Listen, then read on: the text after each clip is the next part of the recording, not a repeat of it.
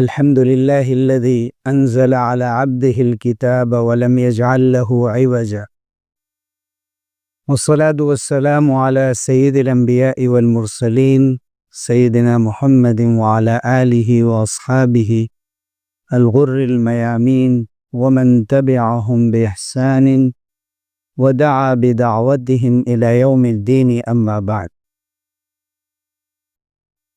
محترم حضرات اور معزز خواتین اسلام، عزیز نوجوانوں اور بچوں، ہم سب کے لیے اللہ تعالیٰ کا یہ خاص احسان ہے کہ اس نے ہمیں سیدھا راستہ دکھایا، اس پر قائم رکھا اور بار بار یہ موقع نصیب فرماتا ہے کہ ہم اللہ تعالیٰ سے قریب ہو سکے، اپنے کمزور ہوتے رشتے کو مضبوط کر سکے۔ اس کے لیے جمعے کا یہ دن جو ہفتے میں ایک انتہائی مبارک دن اللہ تعالیٰ نے رکھا ہے، ہم اپنے ایمان کی تجدید کریں، اپنے اعمال کی تجدید کریں، اپنے اعمال کی اصلاح کے لیے نیت کریں، تو اللہ تعالیٰ کی طرف سے پھر فیصلے بھی ہوتے ہیں اور اللہ تعالیٰ ہمارے لیے راہیں آسان فرماتے۔ صراط مستقیم پر چلنے میں جو سب سے بڑی رکاوٹ ہے وہ ہمارا نفس ہے، جو ایک فورس ہے، ایک طاقت ہے، ایک لشکر ہے شیطان کا، سب سے بڑا لشکر ہے، سب سے بڑی طاقت ہے جو ہمارے ساتھ لگی ہوئی ہے ہر وقت۔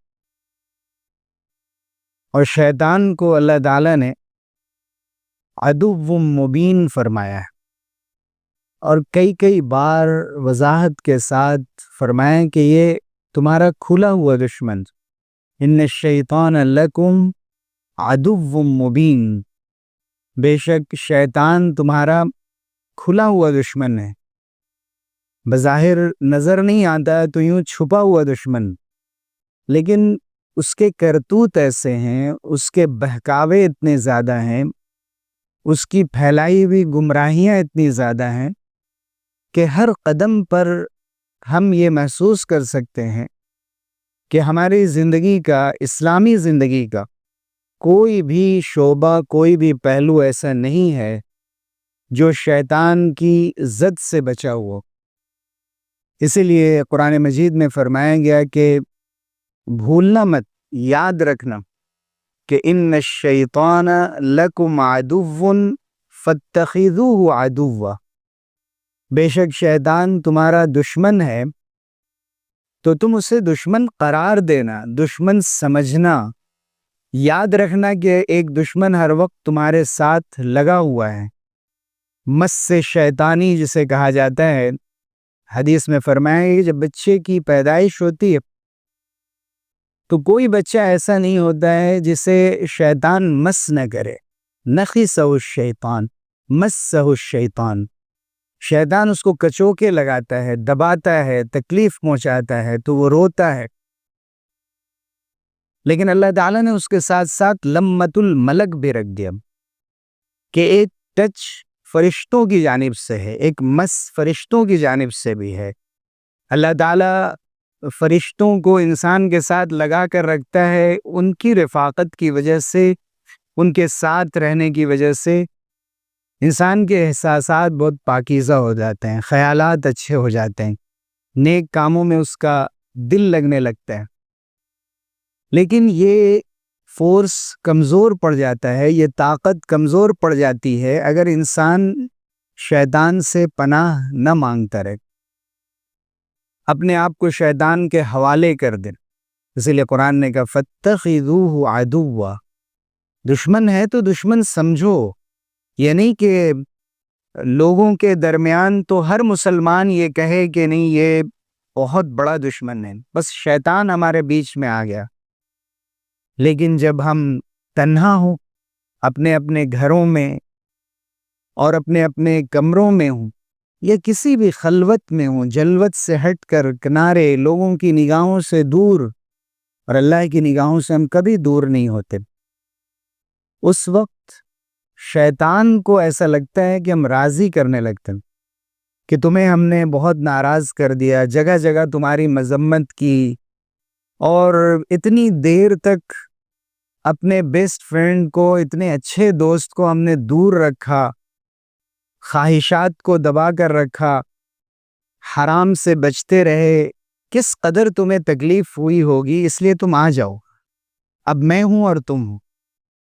تو جس شیطان کو ہم لوگوں کے بیچ اور جلوت میں علل اعلان عام زندگی میں دشمن سمجھتے ہیں، کچھ نہ کچھ لحاظ ہوتا ہے، اصل یہ ہے کہ اس شیطان کو اپنی پوری زندگی میں ہر موقع پر، جہاں کہیں بھی ہوں، جہاں پر بھی اس کی گرفت مضبوط ہونے لگتی ہے، جہاں اس کا حملہ تیز ہونے لگتا ہے، وہاں اور زیادہ کیئرفل رہنے کی ضرورت ہوتی ہے کہ دشمن میرے پیچھے لگا ہوا ہے۔ اگر یہ معلوم ہو جائے کہ انسان کی کسی کی شرٹ میں، کسی کی قمیص میں کوئی سانپ گھس گیا ہے، تو پھر وہ بے چین ہو جائے گا، اچھل پڑے گا۔ شیطان اس طرح ہمارے قمیص میں نہیں، ہمارے کپڑوں میں نہیں، بلکہ ان الشیطان یجری من الانسان مجری الدم، شیطان اس طرح رگوں میں دوڑ رہا ہے جیسے کہ خون دوڑ رہا ہے، خون کی گردش اور بلڈ سرکولیشن کی طرح سے شیطان ہر وقت ہمارے ساتھ لگا ہوا ہے، اور وہ اپنا کام کر رہا ہے، اپنے مشن پر ہے، جو اس نے اللہ تعالیٰ سے مہلت لی تھی۔ تو انظرنی الی یوم یبعثون، کہ مجھے مہلت دیجئے اس دن تک کہ جس دن لوگوں کو دوبارہ اٹھایا جائے گا، قیامت تک کے لیے اس نے مہلت دی، اور اللہ تعالیٰ نے اس کو مہلت دے دی۔ قال فإنك من المنظرین الی یوم الوقت المعلوم، تو جس دعا کے ذریعے سے اس کو مہلت ملی، اللہ تعالیٰ نے جب اس کو سجدہ کرنے سے انکار پر یہ سزا دی کہ اپنے پاس سے اسے دور کر دیا، نکال دیا اسے، تو یہ دو چیزیں، ایک دعا ہے اور ایک سجدہ ہے۔ سجدہ نہ کرنے کی وجہ سے ہمیشہ ہمیش کی اس کی جو لاکھوں برس کی عبادتیں تھی وہ ضائع ہو گئیں۔ جو ابلیس تھا، جو ہیڈ آف دی شیطان تھا، اللہ تعالیٰ نے اس کے بارے میں فرمایا کہ لم یکم من الساجدین، اس کو بہت تکلیف ہوتی ہے کہ انسان اگر سجدے میں جائے تو اسی سجدے کے نہ کرنے کی وجہ سے گیا، شیطان مارا ایک سجدے کے نہ کرنے سے۔ اگر لاکھوں برس سجدے میں سر مارا تو کیا مارا، ایک سجدہ فیصلہ کر دیتا ہے، ایک سجدے کا انکار اس کی تمام عبادتوں پر پانی پھیر گیا۔ اس لیے سجدہ اور نماز، جو کہ سجدوں کا اور قیام کا اور رکوع کا مجموعہ ہے، اور انسان کی عبادت کی معراج اس کے سجدے میں ہوتی ہے۔ جتنا انسان جھکتا چلا جاتا ہے، اپنی غلامی کا، اپنی بندگی کا، اپنی عبدیت کا اور زیادہ اظہار کرتا چلا جاتا ہے، اور اللہ تعالیٰ سے سب سے زیادہ قریب ہوتا چلا جاتا ہے۔ اقرب ما یکون العبد من ربہ وہو ساجد، سجدے میں سب سے زیادہ انسان اللہ سے قریب ہو جاتا ہے، اور یہی بات شیطان کے لیے تکلیف دہ ہوتی ہے کہ میں نے اتنی محنت سے اس کو بہکایا اور اس کے لیے جال بچھائے، لیکن میں جس سجدے کے انکار کی وجہ سے آج دھتکارا گیا اللہ کی رحمت سے، آج اسی سجدے کے ذریعے سے یہ اللہ کی رحمت کا مستحق بن رہا ہے، اور وہ یہ بھول جاتا ہے کہ دعا تو اس کی بھی سنی گئی جب اللہ تعالیٰ نے اس کو مہلت دے دی، اللہ سے اس نے مانگا اور اللہ نے قبول کر لیا۔ تو ہمارے لیے دعا کتنا بڑا ہتھیار ہے، اس لیے وہ اس دعا سے بھی روکنا چاہتا ہے۔ اس لیے ضرورت ہے کہ ہم شیطان کے مکر و فریب کو سمجھیں کہ اس کا شر کتنا بڑا ہے، اور شیطان دونوں طرح کے ہیں۔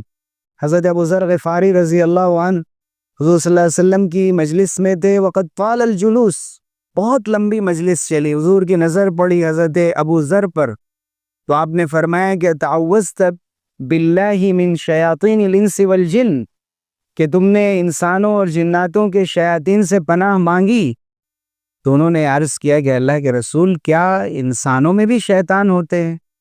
تو حضور نے فرمایا کہ ہم شر من شیاطین الجن، وہ جنوں والے شیطان سے زیادہ خطرناک ہوتے ہیں، اس لیے کہ کبھی کبھی وہ بہت ہی قریبی انسان ہوتا ہے، بہت ہی قریبی دوست ہوتا ہے، بہت اچھے پیرائے میں اور اچھے عنوان سے اور بہت ہی خوبصورت انداز سے قرآن میں اس کا بھی ذکر کیا گیا، یوحی بعضهم الی بعض زخرف القول غرورا۔ ہم نے اسی طرح جعلنا لکل نبی عدوا شیاطین الانس والجن، ہم نے ہر نبی کے لیے ایسے دشمن رکھے تھے جو جنوں میں سے بھی تھے شیطان اور انسانوں میں سے بھی تھے شیطان، اور وہ آپس میں ایک دوسرے کو دھوکے میں رکھنے کے لیے چکنی چپڑی باتیں کرتے ہیں۔ زخرف القول، قرآن کی بڑی بھاری بھرکم یہ تعبیر ہے، یہ قرآن کے الفاظ ہیں۔ زخرف، زخرف سونے کو بھی کہتے ہیں، اس نام سے قرآن مجید میں ایک پوری سورہ بھی ہے۔ اور زخرف کے معنی ہوتے ہیں کوئی بھی چیز جو بہت ہی ڈیکوریٹڈ ہو، سجائی ہوئی ہو، سنواری ہوئی ہو، آراستہ کی ہوئی ہو۔ تو باتیں ایسی جو لچھے دار ہو، بہت ہی خوبصورت ہو۔ آج دیکھیے آپ نئی اصطلاحات، نئے الفاظ اور بہت ہی خوبصورت انداز میں باتوں کو پیش کیا جاتا ہے۔ آج پریزنٹیشن پہ محنت کی جاتی ہے اور کوشش کی جاتی ہے کہ اس کے ذریعے سے لوگوں کو شیشے میں اتارا جائے، رجھایا جائے اور ان کو صحیح راستے سے ہٹایا جائے۔ قرآن نے اس کو کہا زخرف القول غرورا۔ باطل جتنے خوبصورت لباس میں بھی آئے اور جتنے اچھے الفاظ میں اس کو پیش کیا جائے، قرآن اسے کہتا ہے زخرف القول غرورا، دھوکے میں ڈالنے کے لیے یہ صرف ظاہری لبادہ اوڑھا گیا ہے۔ اس کے پیچھے کا سچ اگر سامنے آ جائے اور نقاب اٹھا دیا جائے، پردے اٹھا دیے جائیں، تو اس کی سیاہی دیکھ کر اور اس کے کارنامے دیکھ کر انسان گھن کرنے لگے، نفرت کرنے لگے۔ اس لیے یہ سمجھنا چاہیے کہ اللہ تعالیٰ نے ہمارے ارد گرد، یقیناً شیطان اور ابلیس یہ جنوں میں سے تھا، کان من الجن ففسق عن امر ربی، وہ جنوں میں سے تھا اور اپنے رب کی اطاعت سے نکل گیا۔ اللہ تعالیٰ نے فرمایا کہ افتتخذونہ وذریتہ اولیاء من دونی وہم لکم عدو بئس للظالمین بدلا۔ یہ شیطان، کیا تم اسے اور اس کی اولاد کو مجھے چھوڑ کر اپنا دوست بناؤ گے؟ بئس للظالمین بدلا، ظالموں کے لیے کتنا بدترین اور برا بدلہ ہے۔ اب یہاں مجھے بحث ہوئی ہے مفسرین میں کہ کیا شیطان کی بھی اولاد ہوتی ہے؟ حضرت مجاہد نے اس کی دوسری تفسیر بیان فرمائی ہے کہ شیطان کے جو ہرکارے، اس کے دستے اور شیطان کی طرف سے جو بھیجے ہوئے لوگ ہیں مشن پر، وہ سب اس کی ذریت میں، اس کی اولاد میں۔ لیکن کیا اس کی حقیقی اولاد بھی ہے؟ حضرت امام شعبی رحمہ اللہ سے لوگوں نے سوال کیا کہ شیطان کی بیوی کا نام کیا ہے، یا ابلیس کی بیوی کون ہے؟ ایسا نہیں ہے کہ آج اس قسم کے سوالات ہوتے ہیں کہ حضرت آدم کا نکاح کس نے پڑھایا تھا، مثال کے طور پر، یا اس قسم کے بہت سے بیجا سوالات لوگوں کے ذہنوں میں آتے ہیں۔ سوال بہرحال سوال ہوتا ہے اور سوال پوچھنے والے کے اعتبار سے ہوتا ہے، اس سے سوال کا احترام کیا جاتا ہے۔ رسول اللہ صلی اللہ علیہ وسلم بھی ہر طرح کے سوال کا جواب دیتے تھے، لیکن ایک کامن سینس کی بات ہے کہ بعض چیزیں غور کرنے کی، سوچنے سمجھنے کی ہوتی ہیں۔ تو حضرت امام شعبی سے سوال کیا گیا تو انہوں نے کہا کہ میں اس شادی میں شریک نہیں تھا، لم اشہد ذالک العرس، میں اس شادی میں شریک نہیں تھا جب شیطان کی شادی ہو رہی تھی۔ پھر ان کو یاد آیا کہ قرآن میں شیطان کی ذریت کا ذکر ہے، اولاد کا ذکر ہے، اور اولاد بغیر بیوی کے نہیں ہو سکتی۔ تو انہوں نے کہا کہ ہاں اس کی بیوی بھی ہوتی ہے، لیکن مجھے نہیں معلوم کہ اس کا نام کیا ہے اور وہ کون ہے۔ تو یہ تو محض ایک لطیفہ ہے، مفسرین نے ذکر کیا ہے، لیکن اس سے معلوم ہوتا ہے کہ شیطان کا خاندان اور اس کی نسل بھی ہے، اور اگر حضرت مجاہد کے مطابق باضابطہ نسل نہیں بھی ہے تو اس کے جو مخصوص لوگ ہیں، جو کام پہ لگے ہوئے ہیں، اس کی ڈیوٹی انجام دے رہے ہیں، وہی اس کی اصل اولاد ہیں جو اس کو بہت محبوب ہیں۔ تو شیطان جنوں کی نسل سے ہے، لیکن انسانی شکل میں بھی یہاں وہاں پھرتا رہتا ہے اور ہمیں گمراہ کرتا رہتا ہے. کبھی عقیدے کے معاملے میں ہمیں پریشان کرتا ہے. یعنی وسوسہ انسان کو اتنا زیادہ پریشان کرتا ہے، اتنی خطرناک چیز ہے جسے آج ایک بیماری کا نام دے دیا گیا ہے. OCD کہا جاتا ہے کہ وسوسے کی یہ کیفیت کہ جس میں انسان مغلوب ہو جاتا ہے، اس کو کچھ اس کے بس میں نہیں رہتا. وہ وضو کرتا ہے، اسے لگتا ہے کہ ہم نے اپنے ہاتھ پیر نہیں دھوئے. نماز پڑھی، اسے لگتا ہے میں نے نماز نہیں پڑھی. اور وہ اسے لگتا ہے ہمیں چھینٹ پڑ گئی ہے، بار بار اپنے جسم کو دھوتا رہتا ہے. یہ شیطان ہے. مسجد میں داخل ہو گیا، اس کو ایسا لگتا ہے میرا وضو ٹوٹ گیا. درمیانے نماز میں پریشان کرتا ہے. شیطان انسان کے ساتھ لگا رہتا ہے، سخت وسوسہ ہے. اس کا سب سے بہترین علاج رسول اللہ صلی اللہ علیہ وسلم نے جو بتایا وہ یہی ہے کہ بھئی جو مریض ہے، جو وسوسے کا شکار ہے، علاج تو بس وہی کر سکتا ہے. لوگ خواہ جتنا بھی سمجھا دیں، اس کے دماغ میں ایسی خشکی پیدا ہو جاتی ہے جو مالی خولیا کی بیماری ہوا کرتی تھی پہلے، کہ پھر اس کا ذہن قبول نہیں کر پاتا ان چیزوں. اس کا علاج اسی کے پاس ہے کہ جیسے ہی اس کے دل میں آئے کہ مجھے چھینٹ پڑ گئی ہے یا وضو ٹوٹ گیا ہے، وہ کہے کہ نہیں بس میں نے وضو کیا تو کیا، میں اسی سے پڑھوں گا، نماز ہو یا نہ ہو میں اسی سے پڑھوں گا. اسی طرح اس کا علاج ہو سکتا ہے، ورنہ اس کا علاج بہت مشکل ہے. ایک تو عبادت کے اندر یہ بات پیدا ہو رہی ہے، خصوصاً ابتدائے جوانی میں نوجوانوں کے اندر یہ بیماریاں بہت عام ہوتی جا رہی ہیں. بعض بچے آتے ہیں ایسے ایسے سوالات کرتے ہیں کہ ان کی ترقی میں رکاوٹ. ابھی کوئی کام کیا نہیں ہے، اس سے پہلے ہی وہ کفر و ایمان کے بارے میں بہت ہی باریک بینی سے سوچنے لگتے ہیں. وہ حلال و حرام کے تعلق سے اتنا پریشان رہتے ہیں کہ دین ان کے لیے مشکل ہو جاتا ہے، ایک قدم نہیں چل سکتے. پھر اس پریشانی کا نتیجہ یہ ہوتا ہے اگر انہوں نے اپنی اصلاح کی کوشش نہیں کی کہ پھر وہ ہر چیز کو جائز سمجھنے لگتے ہیں. پھر بندھن اتار کر اسلام کا دین کا پھینک دیتے ہیں کہ یہ تو بہت مشکل ہے. لیکن دین کو اللہ تعالیٰ نے آسان بنایا. اگر اس کو شیطان والے حصے سے بچا کر لے کر جایا جائے. عقیدے میں حضور اکرم صلی اللہ علیہ وسلم کے پاس کچھ لوگ آئے اور حضور سے بیان کیا. کئی واقعات میں اس کا ذکر ہے کہ کبھی کبھی ہمیں شیطان یہ وسوسہ ڈالتا ہے، من خلق کذا من خلق کذا، یہ کس نے پیدا کیا، یہ کس نے پیدا کیا. یہاں تک کہ یہ بات بھی ذہن میں ڈال دیتا ہے کہ من خلق ربک، تمہارے رب کو کس نے پیدا کیا. نعوذ باللہ. حضور اکرم صلی اللہ علیہ وسلم کے سامنے صحابہ نے کہا کہ یتعاظم احدنا ان یتکلم بہ. اتنی بڑی بات ہے، بعض صحابہ نے تو یہ بتا دیا کہ اسی طرح ہمارے ذہنوں میں آتا ہے. بعض نے کہا کہ اتنی بڑی بات ہے کہ ہم اپنی زبان پر نہیں لا سکتے. تو حضور صلی اللہ علیہ وسلم نے آپ جواب دیکھیں، آپ نے فرمایا ذاک صریح الایمان، یہ تو صاف ایمان کی علامت کہ تم اس بات کو سوچ کر کانپ گئے، ڈر گئے کہ ہم اللہ کے بارے میں ایسے سوچ سکتے ہیں.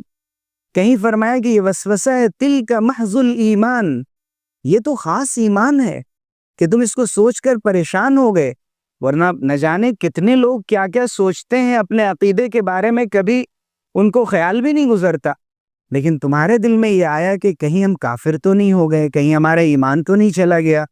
تمہارا فکر مند ہونا اس کے بارے میں یہ ایمان کی علامت.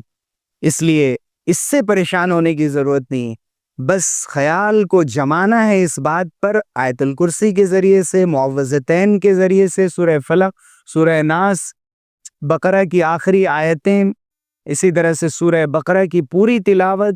یہ وہ چیزیں ہیں جو انسان کو مدد فراہم کرتی. اور اللہ تعالیٰ نے رسول اللہ صلی اللہ علیہ وسلم کے ذریعے سے یہ وعدہ فرمایا ہے کہ اس کے ذریعے سے علاج ہوتا ہے، آسانیاں پیدا ہوتی. کہیں فرمایا کہ کہہ دو اللہ الصمد، جیسے یہ خیال آئے وہ اللہ الصمد لم یلد ولم یولد ولم یکن لہ کفوا احد. دل میں خیال آنے دو، گزرنے دو. تم نے خیال کو جمایا نہیں، تم نے اعلان کر دیا اللہ ایک ہے، وہ بے نیاز ہے، وہ کسی کا باپ نہیں، کسی کا بیٹا نہیں. تم نے کہہ دیا، تم بری ہو گئے، تمہارے اوپر کوئی گناہ نہیں. بس اپنی اصلاح کی کوشش کرتے رہو. اسی طرح شیطان چلا آتا ہے ہماری نیند میں. ہم رات میں سوتے ہیں فجر کی نیت کر کے، اور یعقد الشیطان علی قافیۃ رؤوسکم ثلاث عقد، یعنی انسان کی پیشانی پر وہ 3 گرہیں باندھ دیتا. لیکن جب انسان ہمت کر کے تہجد میں یا فجر کی نماز میں اٹھتا ہے، جب اللہ کا نام لیتا ہے تو ایک گرہ کھل جاتی ہے، علاج ہے. دوسری گرہ وضو کرتے ہی کھل جاتی ہے، تیسری گرہ نماز سے کھل جاتی ہے. فَأَصْبَحَ نَشِيطًا طَيِّبَ النَّفْس، بہت ہی تندرست، چاق و چوبند، اور وہ ایکٹیو ہو جاتا ہے. دل اس کا بہت ہی زیادہ اللہ کے ذکر سے آباد ہو جاتا ہے، اس کو لطف آنے لگتا ہے، مزہ آنے لگتا ہے. وَإِلَّا خَبِيثَ النَّفْسِ كَسْلَانٌ، اور اگر یہ کام اس نے نہیں کیا تو پھر اس کا دل کڑتا رہتا ہے، اندر سے طبیعت بے قرار رہتی ہے، بیزار رہتی ہے، کسی کام میں نہیں لگتی، اور سستی اس کی زندگی سے جاتی نہیں ہے. اس لیے وہاں بھی دعا کی ضرورت ہے. اللہم انی اعوذ بک من العجز والکسل، اے اللہ میں آپ سے پناہ مانگتا ہوں کہ میں ہار جاؤں، شیطان سے ہار جاؤں، میں اپنے نفس سے ہار جاؤں، میں گناہوں کے سامنے میں ہار جاؤں، شکست کھا جاؤں، اور میں پناہ مانگتا ہوں سستی اور کاہلی سے. رسول اللہ صلی اللہ علیہ وسلم نے اس کا علاج بتایا کہ کبھی نماز کے اندر ایسا ہوتا ہے کہ کہتا ہے اذکر کذا اذکر کذا، یہ بات یاد کرو، یہ بات یاد کرو، یہاں تک مشغول کر دیتا ہے کہ انسان کو یاد ہی نہیں رہتا کہ کم صلی، اس نے کتنی رکعت نماز پڑھی بھول جاتا ہے. اس کا کام ہی یہی ہے. اور ایسی ایسی باتیں یاد آتی ہیں کہ جن کے بارے میں پہلے کبھی سوچا بھی نہیں تھا، اور اپنی اپنی فیلڈ کے اعتبار سے اتنی آسانیاں اس کے لیے ہو جاتی ہیں کہ بہت سے شاعر ہیں تو ان کے مصرے نماز میں بن جاتے ہیں، اور بہت سے ڈاکٹر ہیں تو ان کو علاج ذہن میں آ جاتا ہے نماز کے اندر. ایک ظاہری وجہ اس کی یہ بھی ہے کہ سکون کا وقت ہے.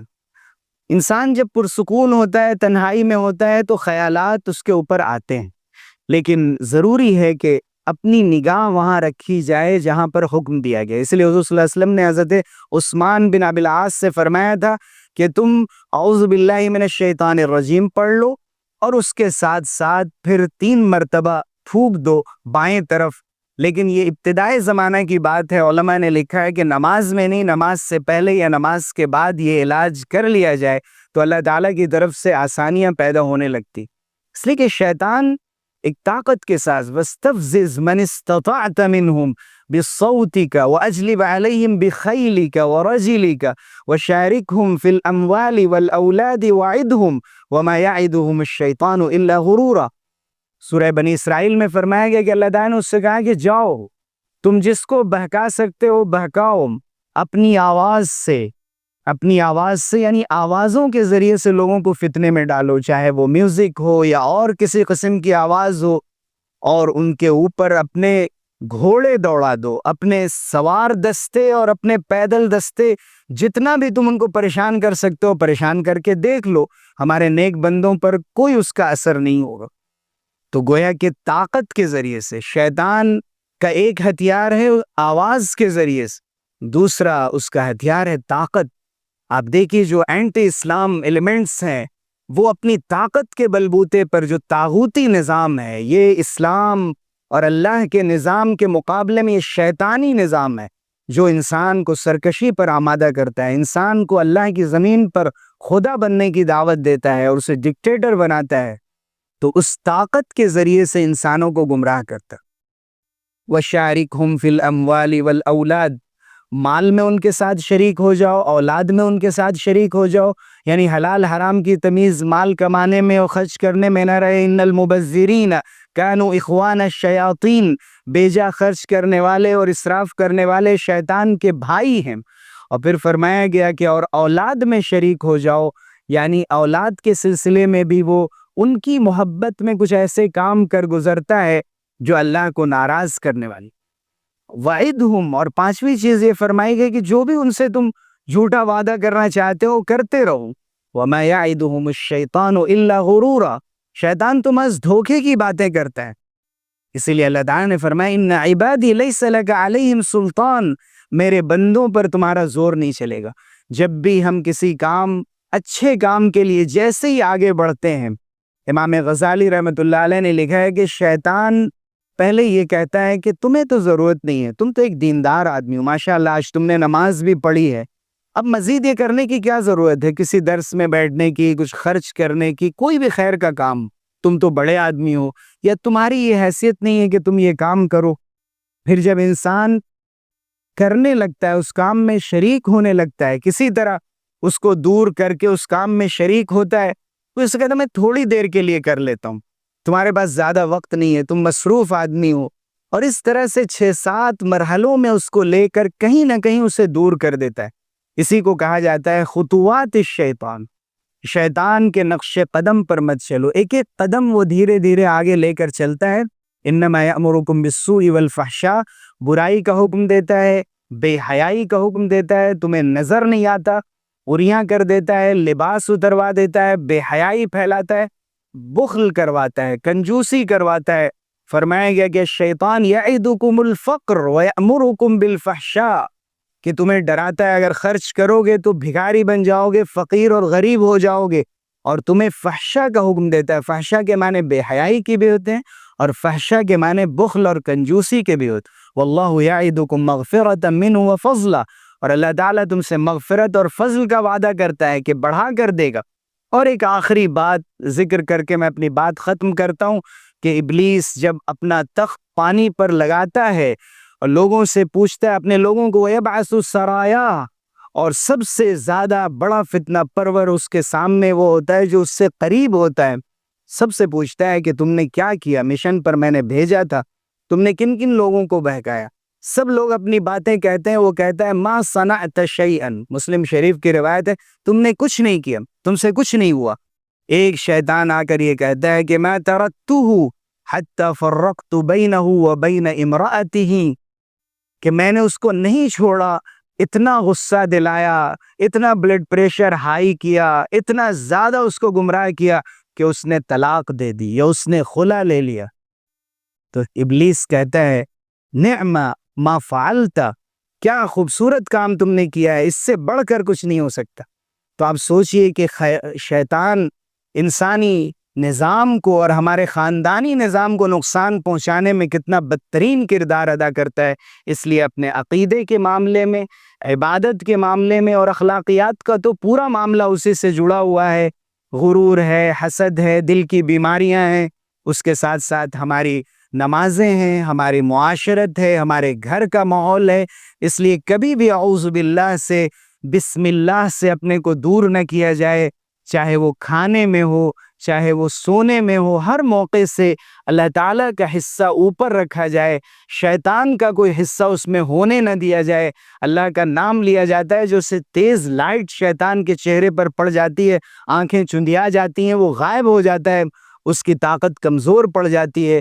اس لیے ضرورت ہے کہ ہم اپنے اس کھلے ہوئے دشمن کا مقابلہ دعاؤں سے، اذکار سے، اور اچھی نیتوں سے، اچھے اعمال کے ذریعے سے، اور اللہ تعالیٰ سے قریب ہو کر کرتے رہیں، تاکہ ہم اللہ کے دوست بن سکیں، اللہ ہمارا دوست بن سکے۔